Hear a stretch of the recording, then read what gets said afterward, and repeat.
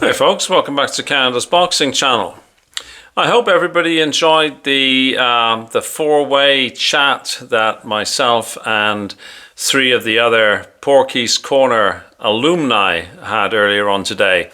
Andy from Andy's Cavern, Jamie and Jerry. We had a sort of a last-minute thing on our WhatsApp connections, and we thought we would get together. We talked about the Carl Froch interview of Conor Benn on part 1, which I hosted on this channel.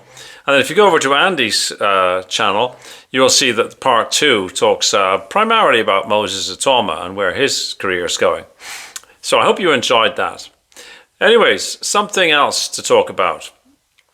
Something very specifically Canadian. Now, Canada's had a lot of good boxers over the years. George Chuvalo, Lennox Lewis. Okay, I'll take half of Lennox Lewis, but it doesn't matter. I was born in Britain, so it doesn't really matter whether you want to consider him a Brit or a Canadian. Sam Langford, Arturo Gatti, Adonis Stevenson, Jimmy McLarnin, Donny Lalonde, Razor Ruddock, and Artur Beterbiev. All Canadian, sort of. Sometimes by residency, sometimes, like George Chuvalo, by birth. But Canada has actually produced a lot of really good boxers over the years. And Canada is, I'm hopeful, possessing a fringe kind of world, maybe heavyweight in the person of Alexis Barriere. Alexis, who was a Quebecois, born and raised in Quebec and fights out of Quebec, has been signed by Eddie Hearn's Matchroom Boxing. This actually was brought to my attention by my friend Travis over at the CDN Boxing Hub. He focuses very much on purely Canadian regional type stuff. His ear is closer to the ground on that than mine is, actually. Alexis, who has a 12-0 record, 10 by way of. He's 29.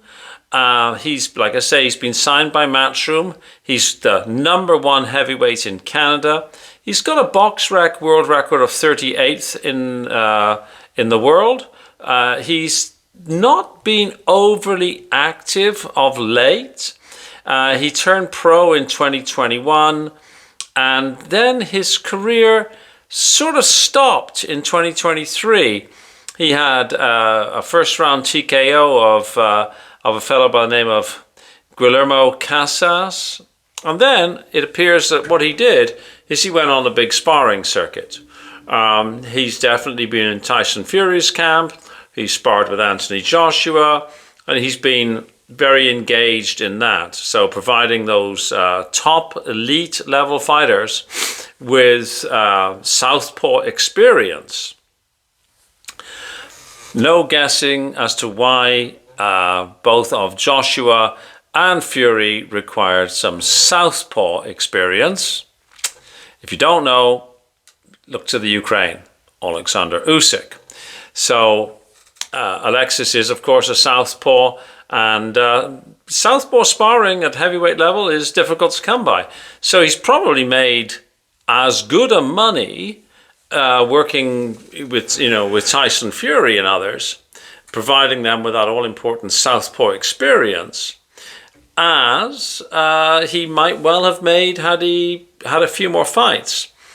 He's a big enough lad. He's 6'4", and he runs the scale at around the 240 mark. So he has had one fight in 2025, end of February.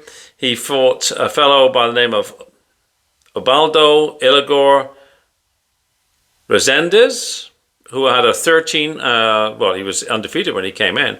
He's now 13-1. And Alexis forced him to retire in round 6 of their scheduled 10-round fight.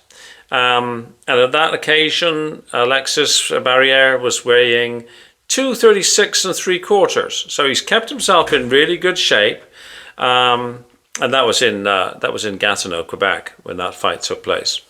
So I'm sort of hopeful.